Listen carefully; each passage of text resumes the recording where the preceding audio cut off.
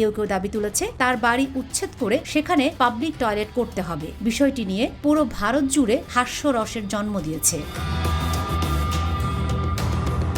এমনকি মোদি প্রশাসনও কৃষকদের এই পণ্য বিক্রি না হওয়া নিয়ে চিন্তিত। এ কারণেই তারা বাংলাদেশের সাথে এখন সম্পর্ক আবারও জোড়া লাগানোর চিন্তা করছে। বলা যায় ভারতের সিদ্ধান্তই ভারতের জন্য কাল হয়ে দাঁড়িয়েছে। এদিকে আলু ও পেঁয়াজ রপ্তানি করতে না পারায় ভারতীয় কৃষকদের মধ্যে চরম অসন্তোষ দেখা দিয়েছে। আর এই ধরনের আর্থিক ক্ষতি এবং মানসিক চাপ থেকে মুক্ত হতে অসংখ্য কৃষক আত্মহত্যার পথ বেছে নিয়েছে বহুবার। ভারতের পশ্চিমবঙ্গ এবং মহারাষ্ট্র সহ বিভিন্ন প্রদেশের কৃষকরা তাদের উৎপাদিত পণ্যের ন্যায্য মূল্য না পাওয়ার কারণেও ক্ষোভ প্রকাশ করেছেন। ভারতীয় কৃষকরা দাবি করছেন রপ্তানি বন্ধ হওয়ার কারণে তাদের উৎপাদিত পণ্য 2.5 থেকে 3 টাকা দরে প্রতি কেজি